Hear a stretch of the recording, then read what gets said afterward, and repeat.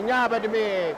ብዙ ገፍተናል ካሁን በኋላ ያለው ነገር ጥሩ ነገር ለልጆቻችን ጥለን መሄድ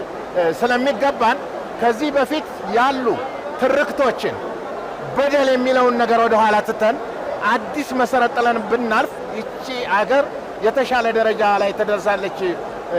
ብያስባለሁ ያይን መሪ ቢያሌሳ ዳሎታፊ ቢዮላንቱማ ያዳ irratti hundaa'ee ijaaruuf bu'uura cimaa kaa'aa jiraachuusaa abbootiin hirmaattu tamaricha yaada kennan ibsan yaa'in marii biyyaalessaa Itoophiyaa waliigalaa adoolessa 8 bara 2018 irraa eegalee wiirtuu konvekshinii idil addunyaa haddiisitti geggeeffamaa jiru itti fufeera abbootiin hirmaattotaa marii biyyaalessaa yaada kennaniin mariin kun kutaa hawaasa garaagaraa kan hirmaachisee fi hirmaattonnis yaada isaanii walabummaan ibsachaa jiraachuu dubbataniiru mariin kun haala gaariin geggeeffamaa jira dhalootaa fi biyyaaf kan fayyadu akkasumas Itoophiyaa gara fuulduraatti ceesisuuf bu'uura kaa'uu irratti mari'achaa jirra jedhaniiru mariin kun madda rakkoolee keenyaa adda baasuun yaada furmaataa kan itti kaasnuu fi seenaa kan itti hojjennudha jedhaniiru dhimmi tokkummaa biyyaa waan hundumaa caalaa dursa kan kennamuuf ta'uu heeruun mariin kun guddina biyyaa fi nageenya waaraatiif shoora guddaa akka taphatu dubbataniiru mariin biyyaalessaa bu'uura nagaa waaraa kan kaa'u ta'uu bakka bu'oonni hawaasa daayispooraa fi dhaabbileen hawaasa siivilii maricha irratti hirmaatan ibsan marii biyyaalessaa irratti bakka bu'oonni hawaasa daayispooraa fi dhaabbileen hawaasa siivilii maricha irratti hirmaatan akka jiranitti marii kana keessatti garaagarummaan yaadaa wal dhaggeeffachuu fi gara waliigaltee walootti deemaa jiraachuu ibsaniiru yaadni waloo marii irraa maddu garaagarummaa naannolee tokko tokko keessatti sababa walitti bu'insaa ta'an furuun dhaloota dhufuuf nagaa dabarsuu kan dandeessisu ta'uu ibsaniiru mariin biyyaalessaa gareewwan marii xixiqqoo irraa kaasee wal dhaggeeffannaa olaanaa fi adeemsa hirmaachisaa ta'een geggeeffamaa jiraachuu hubachiisaniiru ምክክሩ ኢትዮጵያ ብሔር ብሔረሰቦችን አንድ የሚያደርግ ሐሳባችን አውጥተን ተመካክረን ተከባብረን ተደማምጠን ወደ መፍትሄ ለመሄድና ትውልዶቻችንን አገር የሚረከቡ ወጣቶቻችንን ጥሩ ነገር አመቻችተን ለመሄድ ይጠቅማል የሚል እምነት አለን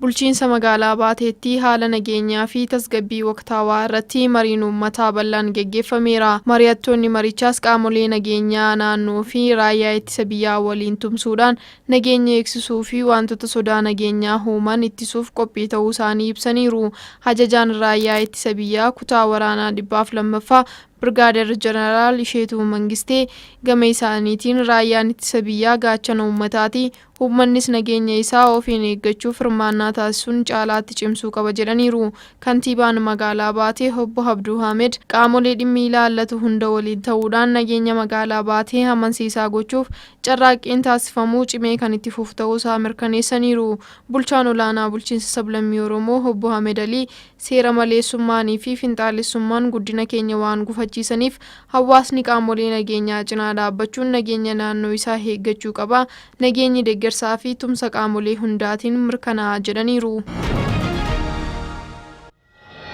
የአማራ ክልልን ህዝብ ሰላምና ደህንነት ወደ ቦታው ወደ ቀድሞ ቦታው እንዲመለስ ከመቼውም ጊዜ በላይ ከሌሎች ወንድሞች ከሌሎች የጸጥታና የደህንነት ተቋማት ጋር በመቀናጀት በግንባር ድረስ በመፋለም ላይ የሚገኙበት ሁኔታ ነው ያለው Qajeelchi poolisii naannoo Amaaraa gama raawwii bara baajataa 2018 fi marii fi karoora bara baajataa 2019 geggeessee jira. Ajajaan olaanaa qajeelcha poolisii naannoo Amaaraa Komishinar Jeneraal Dr. Zalaalem Mangistee akka jedhanitti rakkoo nageenyaa naannicha keessatti uumameen kan ka'e uummanni tajaajila poolisii irraa argachuu qabu kan dhabe ta'uu fi humnoota badiin dhaabbileen poolisii kan barbadaa'an ta'uu heeraniiru. Hojiin riifoormii barbaachisaa waan ta'eef jijjiiramni riifoormii taasifamuus dubbataniiru. Ergama dhaabbatichaa sirreessuu gurmaa'insa isaa fooyyessuu fi dandeettii raawwachiisummaa miseensota poolisii cimsuuf kan hojjetame ta'us ibsaniiru. Miseensonni poolisii ajaja isaanii raawwachuudhaan bu'a qabeessa akka ta'an gochuun danda'ameera. Dhaabbilee nageenyaa biroo waliin ta'uudhaan uummataaf aarsaa kaffaluun nageenya uummataa akka deebi'u gochuun danda'ameera jedhaniiru. Gamtaa Afrikaatti Komishinara Qonnaa dhimmoota misooma baadiyyaa diinagdee biluu fi misooma itti fufinsa qabu duraanii kan turan Joosef Liyoonel Kooriyaasaaku guddinni oomishtummaa qamadii Itoophiyaa midhaan nyaataa nuuf danda'uuf taasifamu biyyoota Afrikaaf muuxannoo fakkeenya ta'edha jechuun ibsan. Biyyoonni Afrikaas muuxannoo gaarii Itoophiyaa fi kanneen biroo fudhachuun sektera qonnaatiin wabii nyaataa mirkaneessuuf dandeettii ofii ijaarrachuu akka qaban dhaamaniiru. Joosef Liyoonel Kooriyaa Saakuu akka dubbatanitti